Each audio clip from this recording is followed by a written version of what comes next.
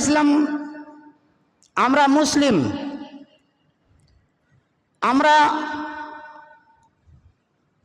এমন কোনো আইরো গাইরো লোক এমন কথাটা নয়। পৃথিবীর বুকে সর্বশ্রেষ্ঠ যেমন জাতি তেমনটাই সর্বশ্রেষ্ঠ উম্মাত। এমন সর্বশ্রেষ্ঠ উম্মাত হলাম কাকে পেয়ে? তো সর্বশ্রেষ্ঠ নবীকে পাওয়ার পরেই আমরা শ্রেষ্ঠ উম্মাত হতে পেরেছি। বন্ধুবর, আমরা উম্মাতে মুহাম্মাদি। আল্লাহ পাকের রসুল স্বয়ং তিনি বলছেন, কিয়ামতের দিন হাসরের ময়দানে এমন বিভীষিকাময় দিন যেদিন হবে, সেদিন আমি আমার উম্মাত বর্গকে চিহ্নিত করব, আর করার পরে নিজে হাতে আমি হাউজে কাউসারের পানি পান করাবো। মায়েশা সিদ্দিকা রাদিয়াল্লাহু তাআলা আনহা বলছেন, আল্লাহর রাসূল, কোটি কোটি মানুষ, আরব খারব মানুষ, এত মানুষ, এর মাঝখানে আপনি আপনার উম্মাতকে চিহ্নিত করবেন কি করে? আল্লাহ পাকের রাসূল একটি উদাহরণ দিয়ে বললেন, আয়েশা, যদি একটি ময়দানে হাজার হাজার ঘোড়া ছেড়ে দেওয়া হয়, উট ছেড়ে দেওয়া হয়, তাতে যদি একটা চিৎকাবরা নিশানিওয়ালা যদি একটা উটকে ছেড়ে দেওয়া হয়, তাহলে তাকে কি চিনতে পারা যাবে কি যাবে না? আয়েশা বলছেন, হ্যাঁ আল্লাহ রাসূল, চিনা যাবে। আল্লাহ পাকের রাসূল বলছেন, ইন্না উম্মতি ইয়াতুনা ইয়াউমাল কিয়ামতি গুররাল মুহাজ্জিলিনা মিন আথারিল উজু। কিয়ামতের দিন হাসরের ময়দানে আমার উম্মত বর্গকে আমি চিহ্নিত করব। কি দিয়ে? তো আল্লাহ পাকের রাসূল বলছেন, গুররাল মুহাজ্জিলিন। সেই দিনটিতে আমার উম্মত বর্গের যে আসারে অজুর নিশানি সমূহ, এগুলো চকচক ঝকঝক করে জ্বলবে, এগুলো থেকে এক প্রকারের কিরণ ছড়াবে, আর তা দেখে আমি আমার উম্মতকে চিনব, আর চিহ্নিত করে আমি হাউজে কাউসারের পানি পান করাবো। ব্রাদারান ইসলাম, নাম তো আমার মোহাম্মদ দিয়ে অনেক কিছু নাম, সুন্দর নাম। আমি তো মুখে দাবিদার যে আমি হলাম উম্মাতে মুহাম্মাদি। এবারে দেখি যে আমার কৃষ্টি কালচার, আমার কার্যকলাপ, আমার চলা, আমার ফিরা, আমার উঠা, আমার বসা, আমার লেন, আমার দেন, সব কয়টা কি মুহাম্মদের তরিকায় হয়? যেই নবীকে আল্লাহ পাক রব্বুল আলামিন বলছেন, লাকাদ কানা লাকুম ফি রাসূলিল্লাহি উসওয়াতুন হাসানা। এ পৃথিবীর মানব জাতি, শোনো, তোমাদের জন্য এই নবী মুহাম্মদকে একটা উসওয়া বানিয়ে পাঠানো হলো, নমুনা বানিয়ে পাঠানো হলো। নমুনা মানে কি? যে মডেল, একে দেখে এর মতো করেই তুমি তোমার জীবন যাপন করবে, যার জন্য একে তোমার জন্য উসওয়া বানিয়ে দেওয়া হলো, মডেল বানিয়ে দেওয়া হলো, নমুনা বানিয়ে দেওয়া হলো। বড় দুঃখের ব্যাপার, আমরা নামের আগে লাগিয়ে আছি মোহাম্মদ মাজমাউল, মোহাম্মদ তাইব, মোহাম্মদ মুবারক, মোহাম্মদ শফিউর, মোহাম্মদ আর কিছু, যত কিছু, আমরা এইটা দিয়েই শুধু বোঝাতে চাই যে আমি হলাম উম্মতে মুহাম্মাদি। তাছাড়া বর্তমান পরিস্থিতিতে, বর্তমান সময়ে আমাকে যদি উম্মতে মুহাম্মাদির নিশানদিহি করতে গিয়ে যদি চিহ্নিত করব বলা যায় যে দেখি এর ভিতরে উম্মতে মুহাম্মাদির কিছু আলামত, কিছু নিশানি, কিছু গুণাবলী পাওয়া যায় কি? বড় দূর, পাওয়া মুশকিল হয়ে যাবে, পাওয়া সম্ভব নয়। আপনি বলবেন মনে মনে, হ্যাঁ জি, পাওয়া যাবে না মানে? কেন পাওয়া যাবে না? আমরা এই পবিত্র জুমার দিনে জামে মসজিদে একত্রিত হলাম, আর তারপরেও আমাদের মাঝে এরকম নমুনা পাওয়া যাবে না যে আমরা উম্মতে মুহাম্মাদি। বন্ধুবর, একবার খেয়াল করুন, আল্লাহ পাক রব্বুল আলামিন বলছেন কি, আতিউল্লাহ আতিউর রাসূল।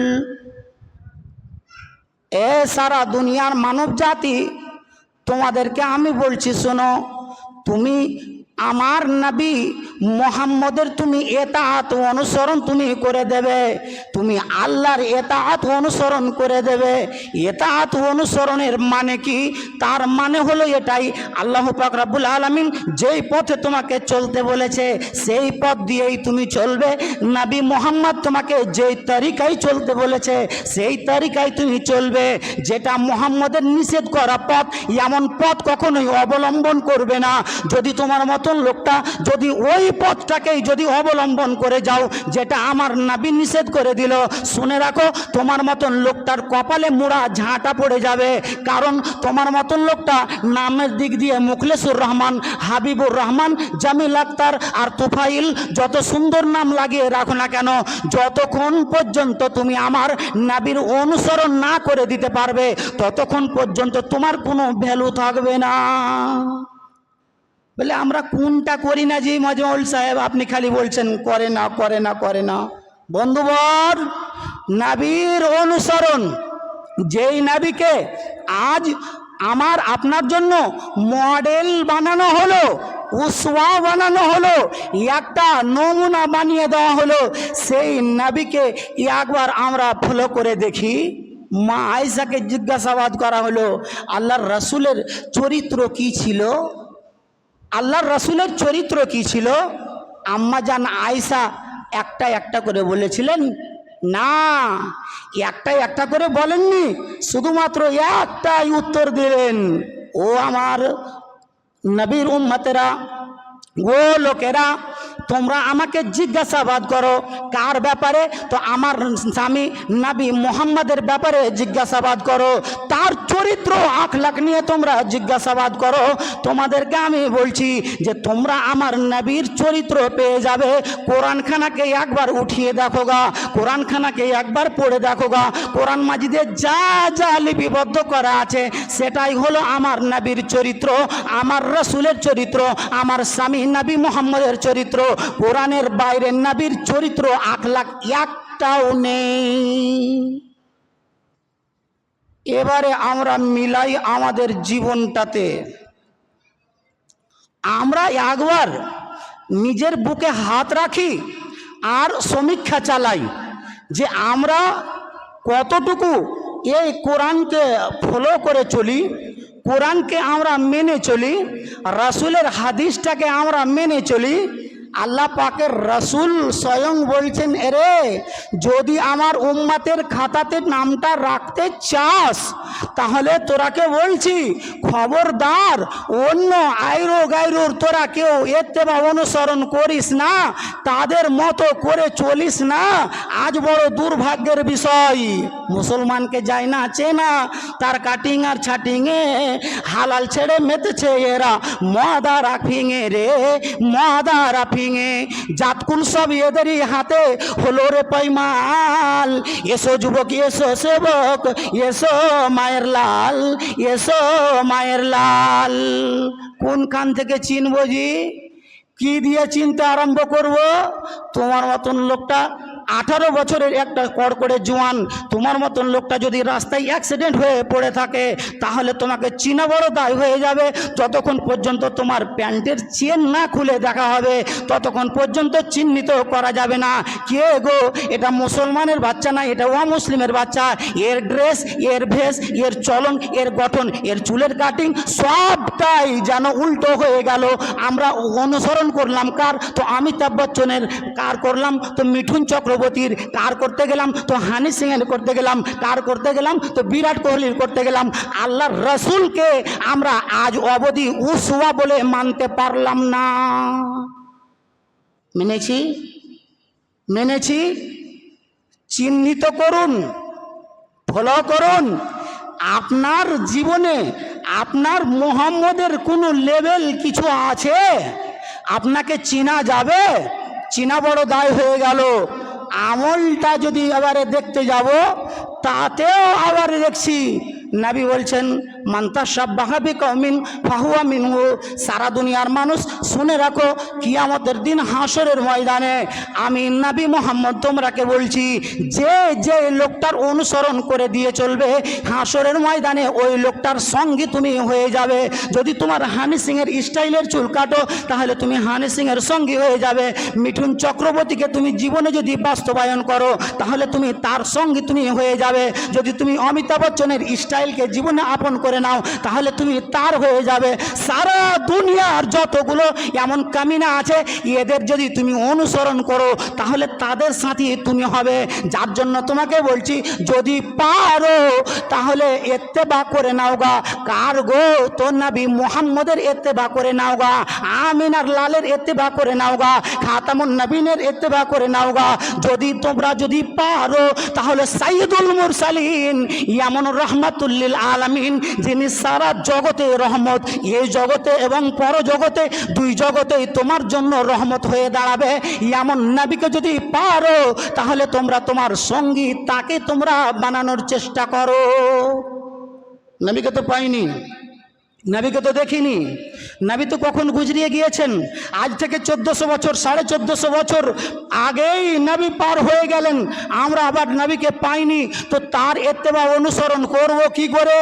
রে শোনো, ভালো করে শুনে রাখো, ওই নবী মুহাম্মদ স্বয়ং যেদিন মরছেন, মরণ খাটুলিতে পড়ে আছেন, তখন হাজরাতে জিবরিল আমিনকে বলছেন মালাকুল মউতকে বাইরে দাঁড় করিয়ে রেখে, কার জন্য? তোমার মতন লোকটাকে ভাবনা ভাবতে গিয়ে শুধুমাত্র জিবরিল, হ্যাঁ আল্লাহ রসুল, কয়েকদিন থেকে তোমার আশা বন্ধ হয়ে গিয়েছে। ঠিকই বলেছেন আল্লাহ রসুল, তাহলে আমি আর বেশি দিন বাঁচব না। হ্যাঁ আল্লাহ রসুল ঠিকই বলেছেন। একটি কথা বলবো, কি গো? আমার সাথে আর একজন ফারিস্তা এসেছেন, ওই ফারিস্তাটা জীবনে মানুষের কাছে শুধুমাত্র একবার আসে। কে ওটা গো? মালাকুল মউত। আল্লাহ পাকের রসুল বলছেন জিবরিল, আমি ওকে আটকাবো না, তবে আমার একটা কথা জানার বড় আগ্রহ জাগছে। কি? আমি যেদিন মদিনার মাটিতে থাকবো না, আমি যেদিন মদিনার মাটি ছেড়ে দেব, সেদিন আমার উম্মতেরা হয়তো ছত্রভঙ্গ হয়ে যাবে, তাদের মাথার ছাতাটুকু হারিয়ে যাবে, সেদিন এরা লাওয়ারেস হয়ে যাবে, এরা বেসাহারা হয়ে যাবে। আমি যেদিন মদিনার মাটিতে থাকবো না, সেদিন একটু হাল আল্লাহ পাক রব্বুল আলামিন আমার উম্মতের করে দিবেন কিনা।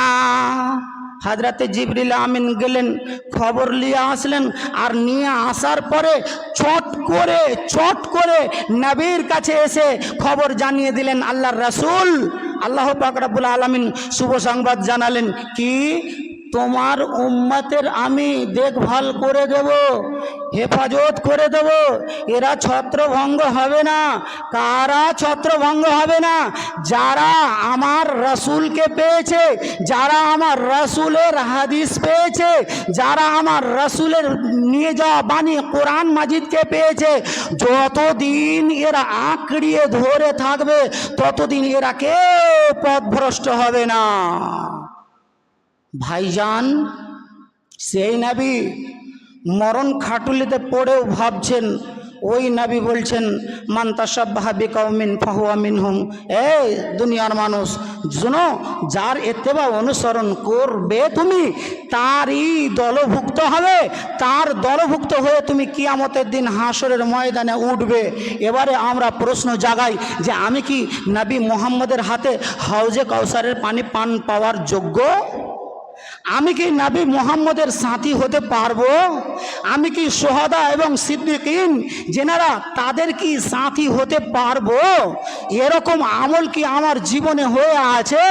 জীবনটাই তো এরকম করে দিয়ে আছি, নামাজের ধার ধারি না, সুদে ডুবে আছি, মদে ডুবে আছি, লটারিতে ডুবে আছি, যত রকমের অন্যায় অবিচার পাপাচার সবগুলোই আমার জীবনে সবে ডুবে আছি, হাবুডুবু খেলছি।